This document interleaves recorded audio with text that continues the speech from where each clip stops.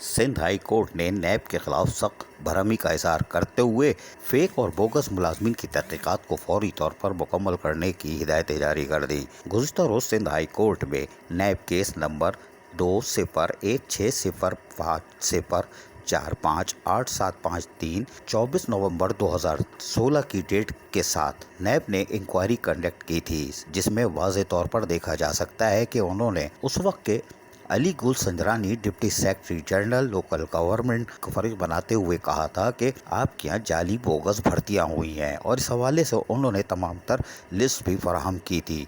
ताहम नैब ने 2016 से तहकीकात का आगाज़ किया था और बताया था कि लोकल गवर्नमेंट में 13,000 जाली बोगस अपॉइंटमेंट हुए हैं, जिसकी समाअत हो रही है। ताहम ये समाअत चलती रही, लेकिन समाअत तो चल रही है, लेकिन नैब अपना केस मुकम्मल नहीं कर पा रहा था, जिसकी वजह से सिंध हाई कोर्ट में मौजूद जज ने सख्त बरहमी का इजहार करते हुए हुक्म दिया है कि फौरी तौर पर तहकीकात को मुकम्मल किया जाए, ताकि फिर देखें क्या हुआ है, और रिपोर्ट जमा कराने की हिदायत कर दी है। वाज़ेह रहे कि ये 2016 24 नवंबर से समाअत चल रही है तहकीकात नैब में।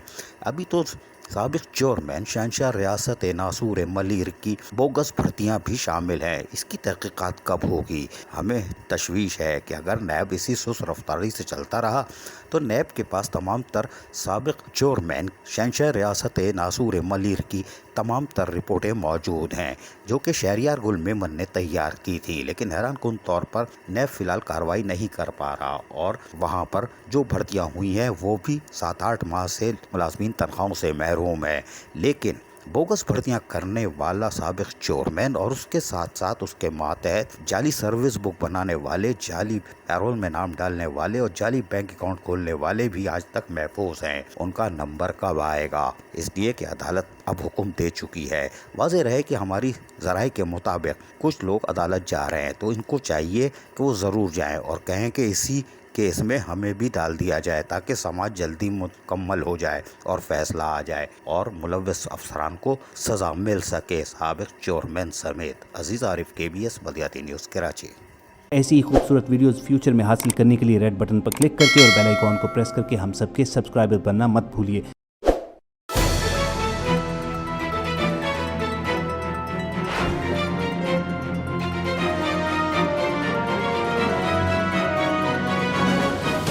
KBS बल्दियाती न्यूज़।